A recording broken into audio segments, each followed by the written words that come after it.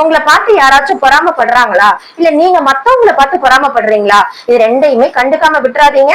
இது ரெண்டுமே ரொம்பவும் டேஞ்சர். முதல்ல நம்மளை சரி பண்ணிப்போம். நம்ம மத்தவங்களை பார்த்து பொறாமப்படுறோம் அப்படின்னா முஹம்மது நபி அவர்களுடைய ஹதீஸ கேளுங்க.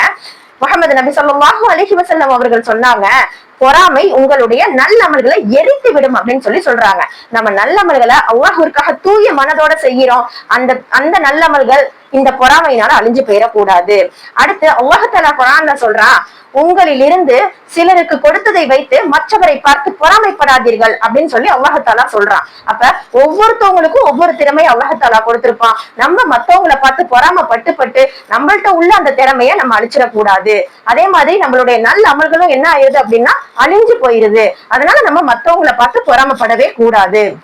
அடுத்து நம்மளை பார்த்து யாராச்சும் பொறாமப்பட்டாங்க அப்படின்னா அதுல இருந்து நம்ம கட்டாயமா பாதுகாப்பு தேடிக்கணும். அல்லாஹ் தஆலா குர்ஆன்ல சொல்றான்,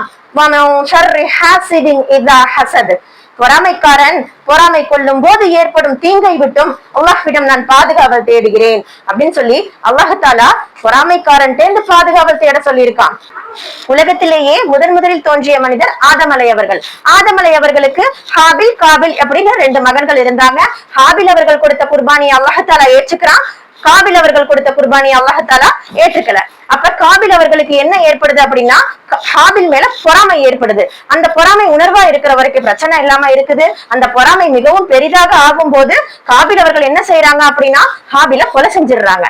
அப்ப இதுதான் உலகத்திலேயே முதலில் செய்யப்பட்ட கொலை அப்படிங்கிறது காபில் அவர்கள் செய்த கொலையாதான் இருக்குது. இப்ப பாருங்க, பொறாமையினால எவ்வளவு பெரிய தீங்கு உண்டாயிருச்சு. கொலை பண்றதுங்கிறது சாதாரண விஷயம் கிடையாது. அப்ப இந்த பொறாமையினாலதான் அந்த கொலைங்கிறது ஏற்பட்டிருக்கு. அப்ப இப்பேற்பட்ட பொறாமையிலிருந்து நம்ம நிச்சயமா பாதுகாவல் தேட வேண்டியது நம்ம மேல கட்டாய கடமையா இருக்குது. முந்தின வீடியோல அறிவியலர்களை பத்தி நான் வீடியோ போட்டிருக்கேன். அந்த வீடியோவையும் பார்த்து நீங்க பயன்பெறுங்க. பொறாமை அப்படிங்கிற கொடிய நோயிலிருந்து அல்லாஹ் தஆலா நம்மை காப்பாற்றி இறைவனுடைய நேர்வழியை மற்றவர்களுக்கும் பரப்பி நாமும் அதே நேர்வழியில் இருக்க அல்லாஹ் தஆலா நமக்கு உதவி செய்வானாக.